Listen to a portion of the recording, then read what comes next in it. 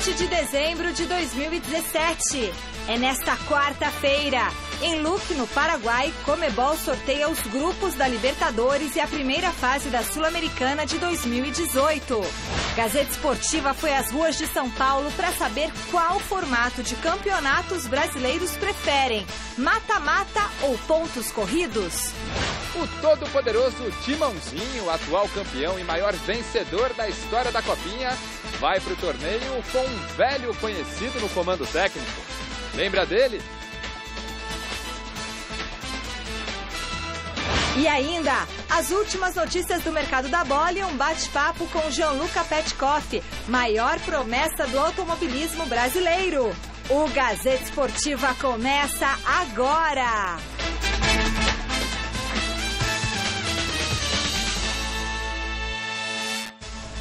Olá, boa noite. O Gazeta Esportiva dessa quarta começa ressuscitando aquela velha polêmica. Qual formato de campeonatos os brasileiros preferem? O repórter Vini Rodrigues foi às ruas de São Paulo para ver a opinião da galera. É a grande batalha do século. De um lado, a regularidade, a força do elenco e um conjunto unido. Do outro, a emoção. Decidir o futuro em um só jogo. É matar ou morrer. E aí, o que você prefere? Pontos corridos? Ou mata-mata? Mata-mata, pra ver que é melhor é assim, campo. É? Lógico. Porque corrida é melhor. Por que é melhor? É mais emoção. Mata-mata, né? Por que você prefere mata-mata? Porque é muita mais emoção envolvida na hora de assistir o jogo. Acho que depende da fase, né, pô? Mata-mata, porque tem mais emoção. É mesmo? Exatamente, eu assino embaixo. Será que vira ou será que não vira? Vira, vira, vira. Vira, vira, vira. Vira, vira, vira, virou, vamos lá. Vira, vira, vira, homem, vira, vira. Vira, vira, lobisomem, vira, vira, vira. Vira, vira, vira, homem, vira, vira. Acho que pontos corridos é mais legal. Eu acho que é legal, mata-mata é muito importante, dá emoção. Só que pontos corridos ele acaba privilegiando quem se organizou melhor durante a temporada, quem preparou melhor. Torce pra que time? Flamengo, lógico. E você, meu amor? Flamengo. Pergunta que não quer calar. Mata-mata ou pontos corridos no futebol? O que você prefere? Mata-mata. E você? Mata-mata, pra mostrar quem somos. Mata-mata é aquele clássico, né? É, você acha que... Jogo de ida e volta ainda é que dá uma... Se você perder, já era. Pontos corridos você perde, você não consegue recuperar. Eu assino embaixo. E agora, quem poderá nos defender? O Capitão América! Ô, Capitão, chega aí, meu velho. Ó, mano, que deixar no vácuo é sacanagem, hein? Não tenha tanta certeza. Meu nome é João Guilherme, ou Brad Pitt, como vocês preferirem.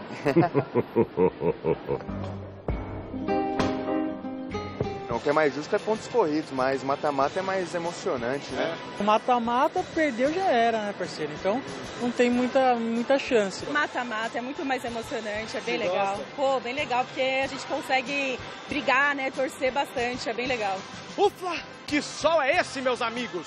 Muito calor, votação encerrada, tá disputada até. Essa camisa suada e cheirosa vou dar para você, Michele. E revele o resultado aí no palco do Gazeta Esportiva. Fui! Opa, chegou aqui a camisa, ó. Vini jogou pra mim, tá aqui o resultado. Mata-mata ou pontos corridos e deu mata-mata. Ó, deu 15 a 10, aí 5, 10, 15 a 10 pro mata-mata. Boa noite, Osmar Garrafa, boa noite, Celso Cardoso. A enquete dessa quarta segue a pergunta aí feita pelo Vini Rodrigues. Quero saber de vocês qual fórmula de campeonato vocês preferem, se é pontos corridos ou se é mata-mata. Participação de você que está em casa pelo site gazetesportiva.com. Celso Cardoso, boa noite. O que você prefere, pontos corridos ou mata-mata? Fique esperto. Boa noite, Garrafa. Boa noite, Celso. Para você que acompanha o Gazeta Esportiva, não tem nem discussão, pontos corridos. Aliás, são duas fórmulas para competições diferentes. Tinha que ter duas competições, cada uma de um jeito. Mas tem. Então, mas não, mas Campeonato Brasileiro, pontos corridos, Copa do Brasil, mata-mata. Não, mas tinha que ser mais... No Campeonato Brasileiro tinha que ter um pouquinho de mata-mata. Não tem, não, para. Seria um retrocesso. Seria um retrocesso. Por quê? Porque o mata-mata obriga os dirigentes, os clubes, a investirem em reforços, em jogadores, para ter um elenco para a temporada toda. Se você tem um campeonato por mata-mata, primeiro lugar, você tem uma fase modorrenta que pouco importa. Aí você separa lá os 8 melhores. Aí o primeiro colocado disputa com o oitavo, muitas vezes com uma diferença de 20 pontos. Aí o oitavo colocado arma lá 2 retrancas e tal, e, sabe, ganha um jogo por 1-0, empata outro, ponto. Né? E você acaba fazendo uma injustiça muito grande com aquele que é melhor de fato. Então, para quem gosta de mata-mata, tem a Copa do Brasil. Agora, para quem gosta de campeonato sério, de campeonato que premia a competência, que faz jus à regularidade, que faz jus ao investimento, que faz jus ao profissionalismo, claro, prefere o pontos corridos. Garrafa. Boa noite, Celso. Boa noite, Michele. Boa noite você em casa. Acompanhando o Gazeta Esportiva. Bom, eu não gosto de ir no baile e dançar com a irmã. Não gosto de chupar papel com bala. Eu gosto de emoção e por isso eu gosto dos pontos corridos. Respeito, né? O tal do mata-mata. Eu prefiro mata-mata. Respeito quem gosta dos pontos corridos. Essa história de ser mais justo, pode ser, você pode até avaliar dessa forma. Agora, nos Estados Unidos, por exemplo, não é? NBA, que é um sucesso total, lá tem o playoff, não é? E nem por isso a gente vai deixar de apurar quem é o melhor. Eu entendo que o futebol é um produto e o produto tem que ser aproveitado da melhor maneira possível, né? O torcedor gosta de ir para o estádio, né, para saber se o time dele vai ser campeão ou não. Eu sou dessa época. Né? Vai jogar, o meu time é o favorito, mas vai jogar contra a zebra. Mas pode perder o título. Não é? Nos pontos corridos, chega um determinado momento e fica extremamente previsível. É justo? É. Mas, particularmente, eu entendo que o mata-mata é muito mais emocionante e eu prefiro acompanhar uma competição por mata-mata. Agora, só uma ressalva, seu Celso Cardoso. O senhor disse que quem gosta de competição, campeonato sério, que fique com pontos corridos, quer dizer que Libertadores não é sério, Copa do Mundo não é sério. Mas aí, campeonato é uma coisa, Copa é outra. Mas então, você tem, são torneios de... Não dá para você fazer uma Libertadores por pontos corridos. Não dá para você fazer uma Copa do Brasil com pontos corridos. Deixa de ser sério, não deixa de ser seu valor, seu peso. Mas você tem os dois modelos. Não. Assim, se a NBA, por exemplo, tem lá o playoff, a imensa maioria dos campeonatos pelo mundo, pontos corridos. Será que a Europa tem prejuízo com o campeonato pontos corridos? Não, pelo contrário. Quer dizer, é uma maneira até de você manter ativo todos os clubes, de você dar igualdade de condições para todos os clubes. A questão de ajustar, você pode fazer a fase de classificação valendo vaga para Libertadores, valendo rebaixamento, e depois você pega ali os 4 melhores e faz ali um playoff, alguma coisa. Enfim, é por isso que é a polêmica, né? Eu sou totalmente favorável a Copa do Brasil sana esse desejo de mata-mata. É sensacional, muito bom, delícia. Bom, e hoje é um dia importante para o futebol sul-americano. Em Luque, no Paraguai, a Conmebol sorteia os grupos da Libertadores e a primeira fase da Copa Sul-Americana de 2018. O sorteio será idêntico ao que rolou no ano passado, baseado no ranking da entidade. Dessa forma, apenas 4 dos 8 brasileiros serão cabeças de chave: Grêmio, Santos, Corinthians e Cruzeiro. Palmeiras e Flamengo estarão, respectivamente, nos potes 2 e 3, enquanto que Vasco e Chapecoense, se avançarem da fase preliminar, entrarão como representantes do pote 4. Vale lembrar que no sorteio não pode haver times do mesmo país no mesmo grupo, com exceção daqueles que vierem da chamada pré-Libertadores. Palmeiras e Flamengo, por exemplo, já sabem que enfrentarão obrigatoriamente um desses rivais: River Plate, Boca Juniors, Peñarol e Atlético Nacional. Mas a vida não vai ser fácil para ninguém, hein? O maior torneio de clubes da América terá uma edição de luxo em 2018, já que dos 47 participantes, 17 foram campeões da Libertadores. Então, a Copa Libertadores está cada vez mais parecida com a Liga dos Campeões da Europa, né, no sentido de evento. O fato de participar, de ser realizado durante todo o ano, eu vejo com bons olhos. O que eu não vejo com bons olhos é esse excessivo número de vagas para o Brasil, por exemplo. Faz o menor sentido você ter 8 participantes da Libertadores da América. Eu acho até que acaba desvalorizando a briga por uma vaga. 8, poderia ser 9 brasileiros disputando a Libertadores, quer dizer, 6 na fase de grupos. Eu acho um exagero. Ou seja, isso dá quase metade dos participantes do Campeonato Brasileiro. Anos atrás, para você classificar para a Libertadores, você tinha que ser campeão. Não tinha, você tinha que chegar na final, pelo menos, do campeonato, entre os 2 melhores. Hoje, qualquer um, sabe? O São Paulo estava lutando para não cair, a Chapecoense estava lutando para não cair e foi premiada com vaga na Libertadores. Então, eu não vejo com bons olhos. Agora, sobre o sorteio, vai ser interessante, hein? Já imaginou um grupo aí com Palmeiras, Boca Juniors, River Plate, Flamengo, grandes emoções. Eu basicamente eu não gosto da Copa Libertadores o ano inteiro, eu entendo que ela acaba desvalorizando o produto, não é? Desvaloriza também o Campeonato Brasileiro, desvaloriza o campeão da Copa Libertadores, porque o campeão da Copa Libertadores, 15 dias depois de ganhar talvez um dos títulos mais importantes da sua história, vai disputar o Mundial de Clubes e entra em desvantagem contra o campeão europeu, que é normalmente uma equipe extremamente superior. E aí você não consegue nem comemorar o título direito, que nem o Grêmio comemorou Libertadores, Tri da Libertadores, foi uma festa, uma comoção em Porto Alegre. Passado 10 dias depois, a torcida do Inter, que estava sendo chacota, começou a sacanear a torcida do Grêmio.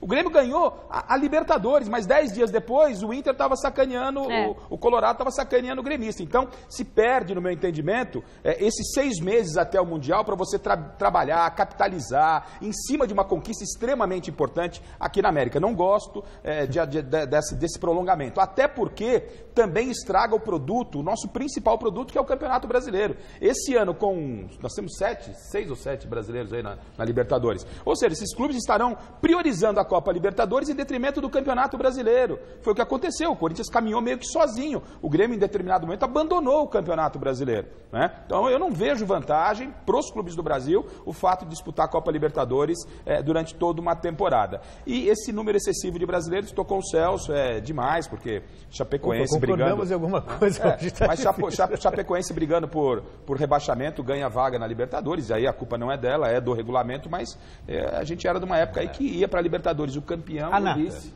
A nata, né? Então a primeira fase acaba ficando aí, tem time lá que aparece que é até nome de remédio, né? Pô, é brincadeira, segue agora, diferentemente do Garrafa, na questão da competição no ano inteiro, eu acho sensacional. Até porque você também valoriza a Copa Sul-Americana, que é disputada ao mesmo tempo.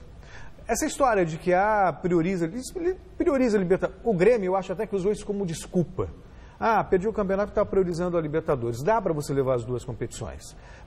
O calendário está aí, os clubes já sabem o que tem pela frente, tem que se reforçar. Essa é a história. Não tem dinheiro. Crie e use a criatividade no sentido de trazer dinheiro, seja por meio de patrocínio, seja na venda de sócio-torcedor. Quer dizer, quanto mais competições difíceis você tiver, mais você força os empresários, os dirigentes a montarem times fortes. Sim, mas o mercado está difícil você contratar. É a realidade do futebol. Mas o grau de dificuldade faz com que o dirigente não se acomode. Se de repente tem um campeonato, então não precisa. E outra coisa, quando você terminava em julho o Campeonato Brasileiro, sei lá, ou a Libertadores para jogar o Mundial lá na frente, você perdia jogadores na janela, o time não era o mesmo. Quer dizer, valia só para o torcedor poder se programar para poder fazer a viagem. O Corinthians campeão em 2012, eu acho que é muito mais interessante... Ele perdeu quem? Perdeu o Castanho, perdeu um jogador. Eu acho muito mais interessante você terminar... Não, perdeu o Alex também na época, perdeu o Lietz, perdeu alguns jogadores. Mas o do time titular levou praticamente todo mundo para lá. Quando o time termina a Libertadores e 15 dias depois já vai... Ele já está com moral alto. Está embalado. Está embalado. Vai lá dar de cara com o Messi, Cristiano Agora, Ronaldo, se vai toma perder um cacete e acabou a graça. Mas não tomou o cacete, não. Não tomou, lógico, acovardou, ficou lá se defendendo. Não, 1 a 0. Tinha que ter ido pra cima. É outra questão. E o sarro, a brincadeira do torcedor rival vai acontecer de qualquer jeito. Ganhando em julho, perdendo em dezembro. Ganhando em dezembro, perdendo em dezembro, isso faz parte. É verdade. E olha só que notícia bizarra. O Corinthians teve parte de suas contas bloqueadas por causa de uma dívida com uma empresa que serve marmita para o clube. Verdade, o Corinthians não está pagando as quentinhas do povo. Segundo reportagem do jornal Folha de São Paulo, o Timão não pagou quase R$131 mil que deve para a empresa Refine Comercial, que prestava serviços de alimentação para o clube. A quantia será penhorada diretamente dos bens alvinegros, mas ainda vai depender do que as pesquisas judiciárias encontrarem em nome do Corinthians. O advogado de defesa, Diógenes Melo, disse que o bloqueio vai ser feito nas contas do administrativo do clube, que não tem nada relacionado ao futebol. Mas que feio para o Corinthians, hein, gente?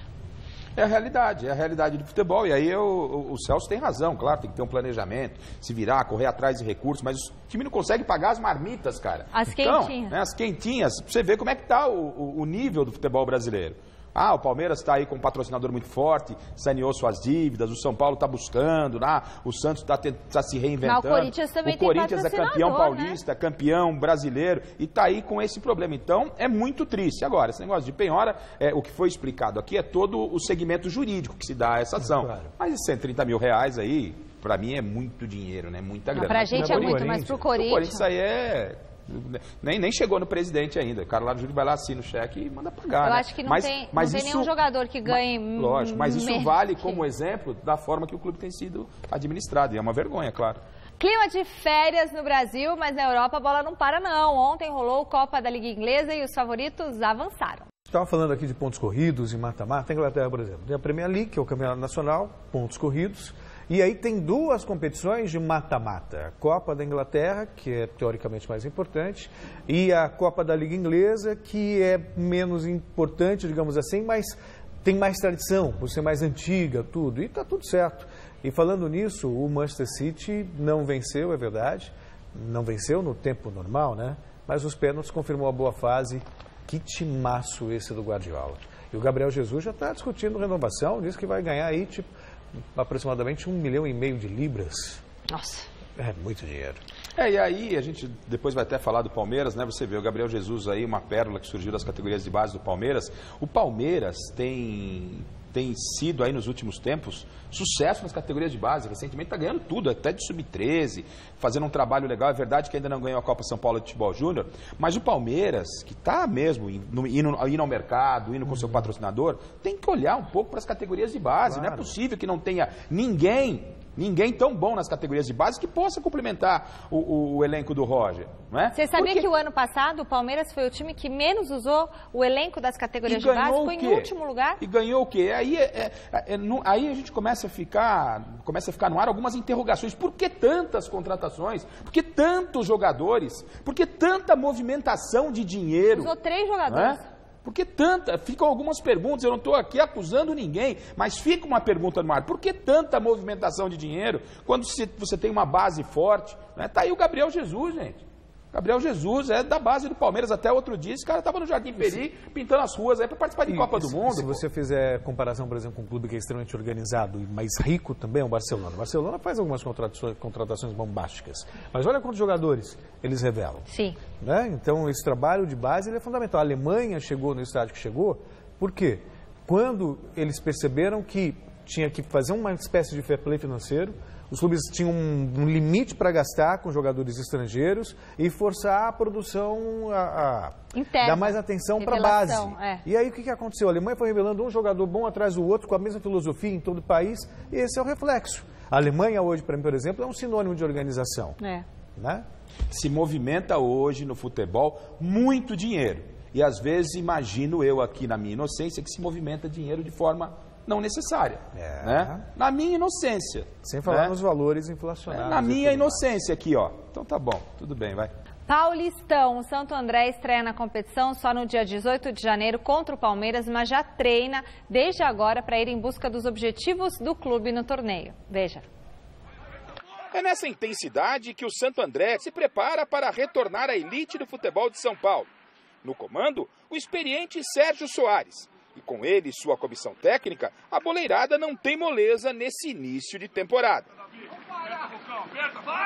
Esse momento de preparação, né, você tem que dar ênfase no trabalho de força, essa condição de trabalho aeróbico, né, para que os atletas estejam bem condicionados para o início do Paulista. São 4 semanas para a estreia, a gente tem que aproveitar bem esse período. A preocupação de Sérgio Soares é o mais rápido possível colocar o elenco em boas condições. Até porque o grupo ainda não está completo. A gente está remontando, né? Na verdade, o Santo André não teve segundo semestre, né? Deu uma parada, então a gente contratou aí uns 18 atletas, né? Mas jogadores que a gente conhece, de jogar contra, um ou outro que trabalhou conosco. Mesmo sem o elenco completo, o Ramalhão trabalha de olho na estreia do Paulista, dia 18, contra o Palmeiras, fora de casa. E o fato da pré-temporada de sua equipe ter começado antes do que a dos chamados favoritos não significa muita vantagem para o início da competição, segundo o técnico do Ramalhão. No aspecto físico, sim, né? Acho que no aspecto tático, não, porque demanda entrosamento, né? Você não consegue um entrosamento em 4 semanas, né? Acho que no aspecto físico você sai na frente, porque as outras equipes vão começar a trabalhar a partir de janeiro. Então você tem uma pequena vantagem, porém no aspecto técnico a gente sabe que a superioridade é maior do outro lado dos grandes clubes. Então a gente tem que saber aproveitar essa questão da parte física. Enquanto os grandes entram no campeonato de olho no título estadual, o Santo André chega no Paulistão com outros objetivos. Primeiro, realmente, é buscar uma vaga para a Série D do ano que vem, de 2019, né? Que o Santo André precisa de calendário e, consequentemente, a manutenção, né, na competição e buscar coisa grande no campeonato, né? Quietinho a gente vai caminhando assim dentro da competição. Agora a gente vai falar de automobilismo. Em 2018, a Fórmula 1 não vai ter a participação de nenhum brasileiro. O nosso país é tradicional no mundo da velocidade, com 8 títulos na categoria. Mas, se o presente não é bom para quem gosta de acelerar, o futuro é promissor. Aos 15 anos, Gianluca Petekoff é a nova promessa. O jovem paulista foi anunciado como piloto da Academia Ferrari. E olha só, gente, esse garotinho é um velho conhecido aqui do Gazeta Esportiva. Vejam na reportagem de Alexandre Silvestre.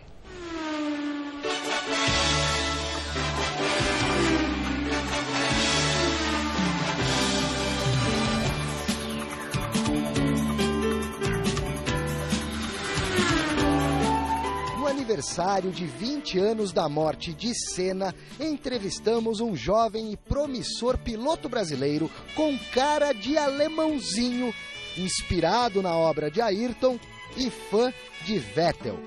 Gianluca Petekoff era um menino de quase tudo, mas o tom da voz não escondia sua maturidade. Bom com as palavras, talentosíssimo a 100 por hora. Eu gosto da gasolina, gosto da emoção, do esporte. À época, Jean, para os íntimos, conduzia um envenenado kart. Quilômetros e quilômetros de sucesso nas pistas e um destino inevitável: correr no exterior para alcançar o topo do automobilismo mundial. Se eu for para a Fórmula 1 vai ser uma grande conquista, porém eu já vejo que tem muitas formas no automobilismo mundial. 3 anos e meio se passaram daquele nosso encontro. Vieram as espinhas, um pouco mais de experiência, muito chão rodado em cima do carro e é só o começo, a largada ou mais uma etapa da carreira dele. A partir de 2015, eu integrei o programa na Academia de Pilotos Share Racing. Com esse patrocínio, viabilizou minha disputa de competições na Europa. Em 2016, 5º lugar no Mundial de Kart. Foi um resultado extraordinário. A ausência de um brasileiro na Fórmula 1 em 2018, fato inédito desde Emerson Fittipaldi na década de 70, não acelera o processo evolutivo de Petekoff. Eu espero que o mais rápido possível tenha um brasileiro de volta lá, o Brasil, que é um dos países de mais história na Fórmula 1. E se eu puder um dia chegar também para representar bem o Brasil, vai ser uma honra.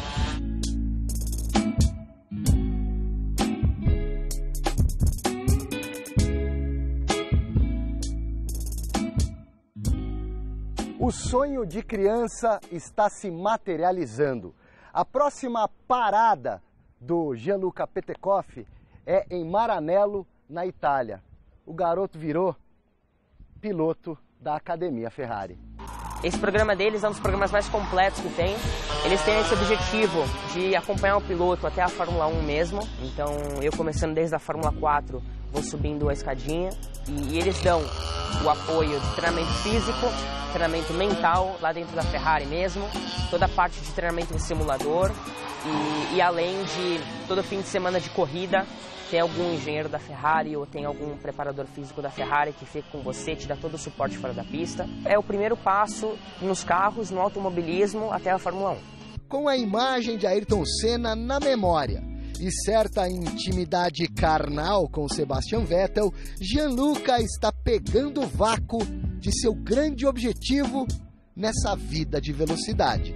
Desde 2015 eu pude conhecer o Sebastian Vettel E bem quando eu estava começando no kart em 2010, ele começou a ganhar os títulos na Red Bull. Foi um dos momentos mais legais da minha vida.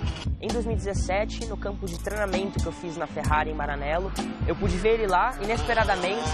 Então a gente conversou um pouco sobre como tinha sido o ano. E novamente no GP Brasil teve um evento da Shell aqui em São Paulo, que ele foi e eu pude bater um papo muito legal com ele. E vai ser legal demais poder estar na mesma equipe que ele. Hoje em dia a Fórmula 1 mudou um pouco, não é só tanto simplesmente puramente o esporte, envolve muitas marcas, muitas fabricantes, mas agora meu olho, meu foco é a Fórmula 1 com certeza.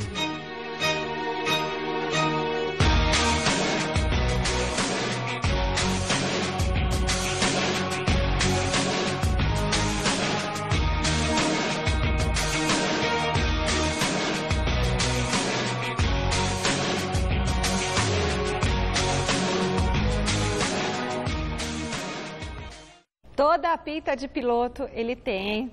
Nasce uma estrela brasileira. Sorte, Gianluca, para você. Hora de São Silvestre aqui no Gazeta Esportiva. Você vai conhecer a história de Emerson Iserben, paranaense, que venceu a prova de 97 e conseguiu superar uma das maiores lendas africanas da São Silvestre. Confira. A palavra, naquele momento que ficou, foi muito assim, reconhecimento.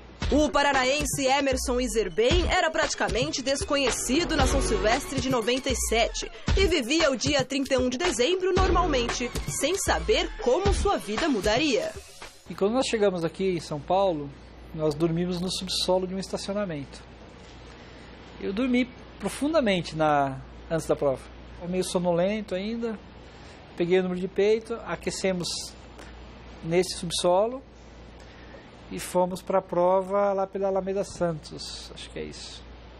Pulamos a grade para entrar na elite, a gente estava com o número da elite, mas o acesso era pelo outro lado, assim, muito longe. Aquela era a terceira São Silvestre de Iserben. Depois de maus resultados anteriores, o brasileiro planejava ficar pelo menos entre os 10 primeiros da prova. Quando eu me vi no meio do grupo de 6 e percebi que eu estava me sentindo muito bem, que eu tinha condições de continuar naquela balada, né? Aí eu me reprogramei, falei, agora eu quero entrar entre os 5. Emerson foi avançando, principalmente graças ao apoio da torcida brasileira. Mas o público geral não me conhecia. E aí as pessoas, quando eu passava, elas não gritavam meu nome, elas gritavam Brasil. E isso me deu muita energia para correr forte no final. No fim da prova, Iserben disputava com ninguém mais, ninguém menos que o queniano Poltergar, bicampeão da São Silvestre e que ganharia a prova mais 3 vezes. Eu já havia reprogramado a prova 2 vezes, né? Uma entre os 10 para ficar entre os 5 e depois para ganhar. Mas eu não reprogramei, falei, não, agora eu vou ganhar do cara porque era uma coisa impensável mesmo, né? As marcas dele muito melhor, ele muito rápido na chegada. Mas eu pensei assim, bom, eu vou chegar na foto da chegada junto com ele, porque eu vou chegar forte, né? Iserben conseguiu sair muito bem na foto. Com o tempo de 44 minutos e 40 segundos, o paranaense conseguiu vencer a lenda Poltergar e tornou-se o único brasileiro a conseguir este feito. O então desconhecido pôde levar o troféu, o carro e o reconhecimento para casa. Muito legal. Na segunda matéria especial sobre Alfredo Gomes, primeiro vencedor da corrida de São Silvestre, vamos conhecer um pouco mais da história dessa verdadeira lenda do atletismo brasileiro. A reportagem é de Adriano Dolfi. Ele nasceu no dia 16 de janeiro de 1899 na cidade de São Paulo. Futebol foi o primeiro esporte na vida de Alfredo Gomes. Começou com futebol. Inclusive ele tinha uma agremiação no próprio Tatuapé, que era o Guarani do Tatuapé, e que na época usava um espaço que era lá na fazendinha onde é o Corinthians hoje. Onde é o Corinthians hoje. Isso. E com a chegada do Corinthians ao Tatuapé houve uma perda do espaço e a agremiação não foi adiante, e ali ele, acho que meio ressapiado, meio frustrado com a história, acabou partindo para o atletismo e deixou o futebol de lado. Neto de escravos, Gomes desistiu do futebol para amar o atletismo. A cor da pele foi o primeiro obstáculo. Começo do século passado a coisa era brava, né? clubes, principalmente de origem estrangeira, raramente aceitavam atletas de cor negra. Dentro das dificuldades que a cor representava na época, ele conseguiu uma certa projeção e com isso ele acabou vencendo aquela história de preconceito e racismo com relação à cor da pele, né? O arquivo de fotos da carreira de Alfredo Gomes é escasso. As poucas fotos existentes estão guardadas com carinho por aqui, no arquivo do jornal A Gazeta Esportiva. Como esta foto, com Alfredo Gomes acendendo uma tocha olímpica, uma referência à Olimpíada de 1924 em Paris, quando o atleta representou o Brasil como porta-bandeira. A equipe na época era muito pequena, não existia assim patrocínio, não existia colaboração financeira e era um esporte realmente amador, né? E diante disso, talvez pelo destaque dele na época, nos anos 20, ele foi convidado para ser o porta-bandeiras do Brasil, da equipe brasileira, que era muito pequena. Este foi o broche utilizado na Olimpíada em Paris. Gomes foi o primeiro negro a disputar uma Olimpíada representando o atletismo brasileiro. Alfredo Gomes já era o recordista brasileiro dos 10.000 metros. A vitória na São Silvestre de 1925 aumentou a sua popularidade e sua importância no atletismo brasileiro. Ele praticamente ganhou tudo nos anos 20 até o finalzinho dos anos 20 para os anos 30. E dentre as maiores conquistas, a primeira São Silvestre em 1925, que acabou tornando o nome dele assim, muito conhecido no Brasil todo, né? E fez com que isso atraísse muitos atletas. Ele teve assim uma posição muito importante no crescimento do atletismo brasileiro da época. A influência de Gomes foi fundamental ainda para trazer outros atletas do exterior, como o italiano Heitor Blasi, que venceu as edições de 1927 e 1929 da São Silvestre. Com a história da permanência dele em Paris, em 24, ele fez muitos amigos estrangeiros, né? Dentre eles o Heitor Blasi. E apesar das dificuldades de comunicação da época, né, diferentemente de hoje, que você acessa o mundo inteiro através do celular, eles continuaram mantendo um relacionamento de amizade e a convite do meu avô ele veio para o Brasil. Conheceu o Brasil e gostou, acabou ficando aqui, também foi apadrinhado pelo Espéria e competiu pela São Silvestre, foi campeão por 2 vezes. Alfredo Gomes jamais abandonou o Clube do Coração. No próximo episódio, o legado de suas conquistas para o Clube Espéria. Voltamos falando de Troféu Mesa Redonda. Hoje a gente vai rever quem foi eleito o melhor terceiro meio-campista do Brasileirão. Terceiro meio-campista: Moisés, Palmeiras; Diego, Flamengo; Lucas Lima, Santos. No começo desse ano, ele teve uma grave lesão com o rompimento dos 2 ligamentos do joelho esquerdo, precisou ficar afastado dos gramados, mas surpreendentemente ele conseguiu voltar a jogar no início de agosto e foi depois da volta dele que a sua equipe começou a se recuperar na competição. Estamos falando de Moisés, do Palmeiras. Está aí o Moisés com um grande ano, mais uma vez, pela Sociedade Esportiva Palmeiras. Tudo bem, Moisés? Então, rapaz, esperava-se muito do Palmeiras, o Palmeiras não conseguiu tanta coisa assim, se bem que não dá para desprezar o segundo lugar no campeonato, mas acho que para você foi um ano de novo de recuperação, de reabilitação. Realmente um ano que tinha tudo para ser espetacular, né? Acabou sendo de aprendizado, de superação, principalmente para mim, como foi ano passado também, tive uma lesão grave no pé, consegui voltar e terminar o ano muito bem. Esse ano talvez não tenha sido como o ano passado, né? Minha volta demorei mais, foram quase 6 meses de parado. E você voltar e conseguir ainda alcançar um nível, se não foi o tão alto como eu consegui ano passado, consegui atingir um nível bom e consegui ajudar meus companheiros. Infelizmente não conseguimos conquistar títulos, mas o Palmeiras está de parabéns pela estrutura, tudo que vem se formando. E não tenho dúvida que nos próximos anos esse projeto ainda vai ser muito vencedor. Muito bom. Quem é madrinha, padrinho do Moisés? Flávio, o padrinho do Moisés é um dos maiores jogadores da Sociedade Esportiva Palmeiras, da história do Palmeiras. Estamos falando de José Altafini, o Mazzola. Que espetáculo!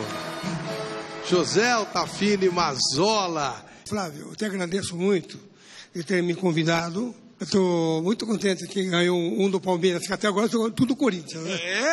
O ano passado ganhou todo mundo do Palmeiras. Vamos fazer a entrega do troféu? Vamos lá. Eu sei que na Bíblia, Moisés abria as águas, né? Eu espero que ele abra as águas no ano que vem. Ótimo! José Altafini Mazzola e Moisés. Parabéns. Obrigado. Fico muito honrado de mais uma vez estar aqui recebendo esse prêmio. Parabéns. E a Copinha está chegando, o torneio começa no próximo dia 2 e hoje nós vamos ver como o Timãozinho está se preparando para a competição. A leveza de moleque da garotada do Corinthians vem acompanhada de uma certa responsa quando o assunto é Copa São Paulo. Não é para menos, afinal o Timão é o único que possui 10 títulos na competição, além de ter participado das últimas 4 finais. O todo-poderoso Timãozinho, atual campeão e maior vencedor da história da Copinha, vai para o torneio com um velho conhecido no comando técnico. Lembra dele? Diego Coelho, ex-lateral direito, formado no antigo terrão do Parque São Jorge. Campeão paulista de 2003 e brasileiro de 2005 pelo Corinthians. Hoje, treinador da equipe sub-20.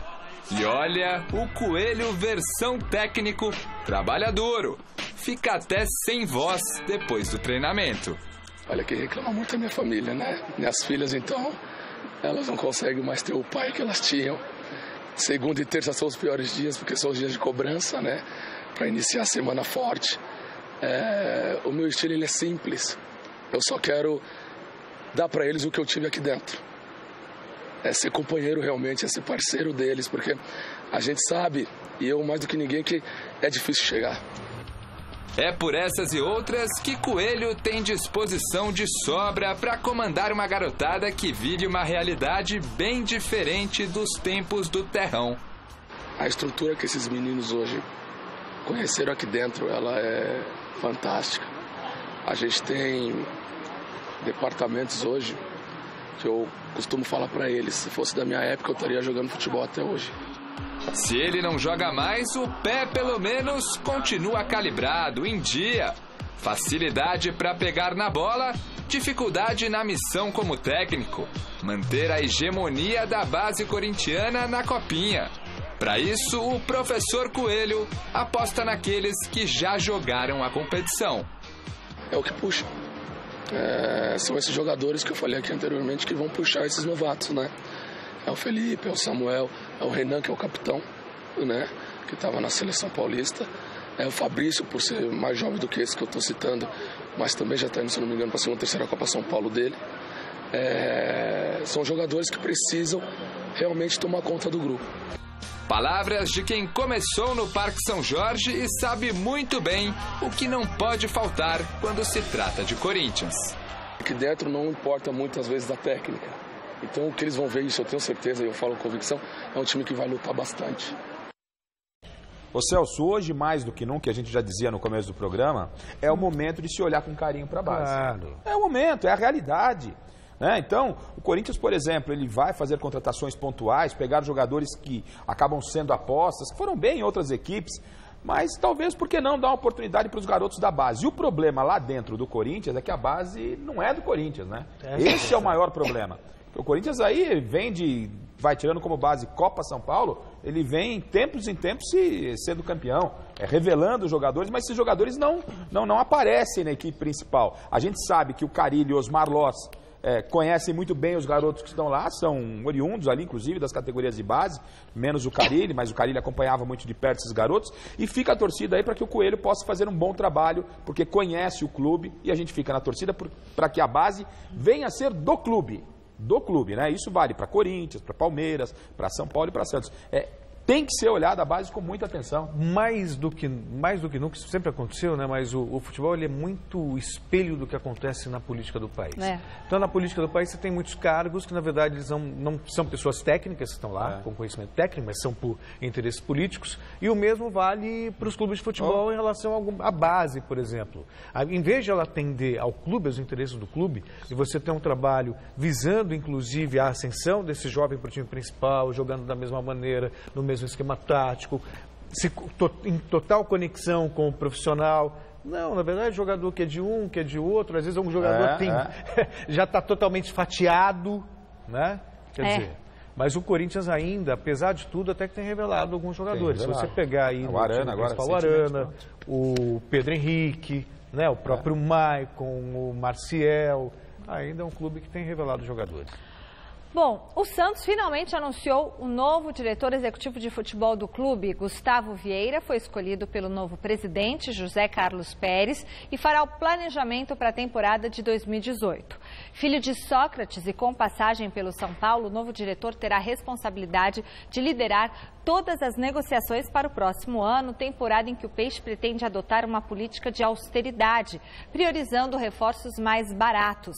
Apesar do anúncio só ter sido feito hoje, Gustavo Vieira já trabalhava para o Santos nos bastidores há algum tempo. Foi ele, inclusive, quem fez os primeiros contatos com o técnico Jair Ventura, cada vez mais próximo de se despedir de General Severiano e desembarcar na Vila Belmiro. O diretor já terá alguns assuntos problemáticos para resolver. Zeca, que está em briga judicial com o clube, a volta de Robinho e o futuro de Ricardo Oliveira. Vale lembrar que ontem o empresário do Ricardo Oliveira disse com exclusividade ao site gazetesportiva.com que o centroavante não continuou no clube em 2018. E o próprio Santos também já jogou a toalha. Jogou a toalha, sabe que ele vai para o Atlético Mineiro, não tem jeito. Bom para o Ricardo Oliveira, para o Santos... É uma perda, se bem que o Ricardo Oliveira também não estava jogando muito nos últimos tempos, mas é uma perda significativa. Eu acho muito curioso, né? Porque as pessoas às vezes ainda assumem cargos, tal, com a postura toda, né? E falta o conhecimento técnico do futebol. Né? O Jair Ventura eu acho um técnico que se destacou no Botafogo, quando ninguém imaginava, por exemplo, que o Botafogo brigava para não cair quando saiu o Ricardo Gomes. E sob o comando de Jair Ventura, o time chegou à classificação para a Libertadores da América e fez uma campanha muito digna na Libertadores da América. Agora, Jair Ventura é um técnico da linha do Carille, ou seja, que tem um apelo inicial pelo setor defensivo. Né? E aí você vê que o discurso é de que o Santos vai preservar a filosofia histórica de buscar o ataque e tudo mais. E a escola de Jair Ventura que não tem esse perfil. Eu acho que é por aí, vamos aguardar, mas o Jair ele trabalhou com o elenco que ele tinha em mãos, né?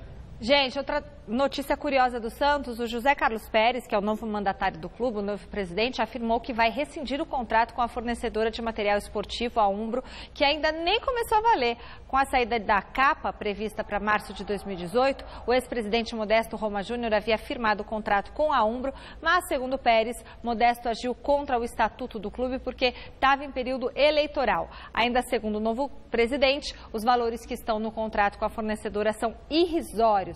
Mais informações no site gazetesportiva.com. Esse é um problema jurídico, Michele, que tem que ser resolvido. Se a empresa que tinha assinado o contrato com o Santos se sentir lesada ou não. Claro. Enfim, não adianta também você cancelar esse contrato e depois ter que pagar uma multa. Mas aí é um problema político do Santos. Sobre o Gustavo, gosto do Gustavo, é um desses profissionais em início de carreira, não teve liberdade para trabalhar no São Paulo como gostaria, e acho que seria legal o Santos deixar bem claro, já que virou notícia, foi divulgado no Twitter, o Gustavo vem aqui para trabalhar da seguinte forma, e não aconteceu o que aconteceu com o Gustavo no São Paulo. Né? Em meio do trabalho apareceu, o Gustavo ele tem comissão de jogadores. Então o Santos, já que é para começar com transparência, o Gustavo foi contratado, ele é funcionário, recebe um valor X aqui, ou ele vai ter comissão nas negociações, nas revelações, para deixar claro, para não ter problema como teve no São Paulo. Só isso. E torço para o Gustavo, que é um cara muito legal, um bom profissional. E agora a gente vai às notícias do mercado da bola no nosso Vira Casaca.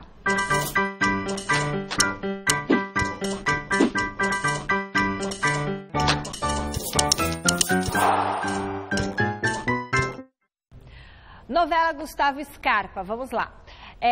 Não é segredo para ninguém que o jogador é desejado pelo trio de ferro paulista, né? Após o Palmeiras esbarrar na recusa de Roger Guedes de ir para o Fluminense, hoje foi a vez do presidente do Corinthians também se mostrar desanimado com o negócio.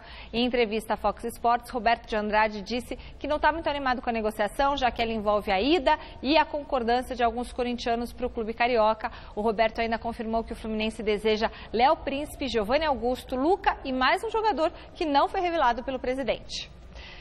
E fica claro que o Corinthians vai se reforçar para a próxima temporada no sistema de trocas. Para ter o lateral esquerdo Juninho Capixaba, o time paulista já concordou em ceder o goleiro Douglas, que estava emprestado ao Avaí, o lateral esquerdo Moisés e o meia Marlone, que estava no Atlético Mineiro. Para o negócio ser concretizado, falta apenas os jogadores envolvidos aceitarem ir para o Bahia. Então, você vê, o Corinthians está trabalhando com jogadores que não são aproveitados, né? Que não...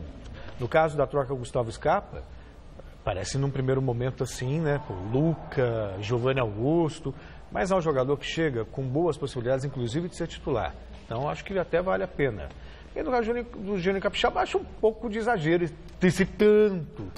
Mas o Corinthians vai precisar de um lateral também. Então, se os jogadores estão lá encostados, por que não? Né? E o problema do Corinthians nessa montagem aí do esquema para se fechar a negociação é o problema que os outros jogadores precisam aceitar jogar num outro clube, aceitar a transferência. E não é um por um. Claro. Né? Então, o Corinthians traz um, você tem que pegar 4 no pacote, os 4 acertarem o contrato, por exemplo, com o Bahia, com o Fluminense. Então, o Corinthians vai ter muita dificuldade de seguir nessa linha. É válido? É válido. Você vai colocar jogadores que não estão sendo muito bem aproveitados no seu clube como moeda de troca, mas precisa do aval desses jogadores e não é de um. É que nem aquela coisa de você desapropriar, né? Onde eu moro lá, começou um monte de prédio e tal. Só que na frente da minha casa tem um monte de casinhas, sabe? Assim, então, ali não consegue chegar, porque ele tem que fazer acordo com todo mundo. Né? Então, é mais ou menos isso. A dificuldade do Corinthians é essa. E o Zé Rafael ainda está nos planos, apesar de ser muito difícil essa negociação com o Zé Rafael, meia do Bahia, que é bom jogador também.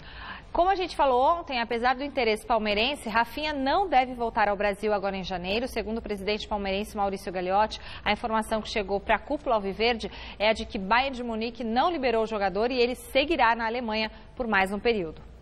Falando em lateral direito, o argentino Buffarini pode retornar ao seu país na próxima temporada. O Boca Juniors está de olho no atleta e deve fazer uma proposta ao São Paulo.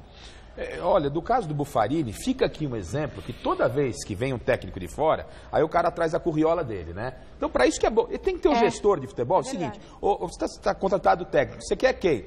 Eu quero o Buffarini, meu argentino. Não, Buffarini não, é o outro. Entendeu? Não, os caras vêm, trazem um monte de jogadores aqui, os caras vão embora, tá aqui o Rueda já querendo vazar também, não disse que ele trouxe os jogadores, mas esses caras vêm aqui e vazam rapidinho do Palmeiras, e deixam. Lá, o cabeludo. O Gareca. Mas aí ele foi injustiçado, né? Ele trouxe jogadores e mandaram ele embora depois de 16 partidas. Mas quando não manda embora, os caras também pegam um boné, enfim. Mas ele trouxe um monte. Então, o gestor tem que ficar atento para que não aconteça esse tipo de prejuízo ao clube, né?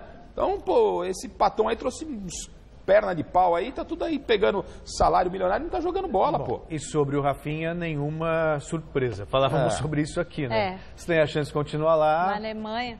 Com todo respeito, né? O Palmeiras é tudo, mas se existe essa possibilidade, não tem como. Não tem como.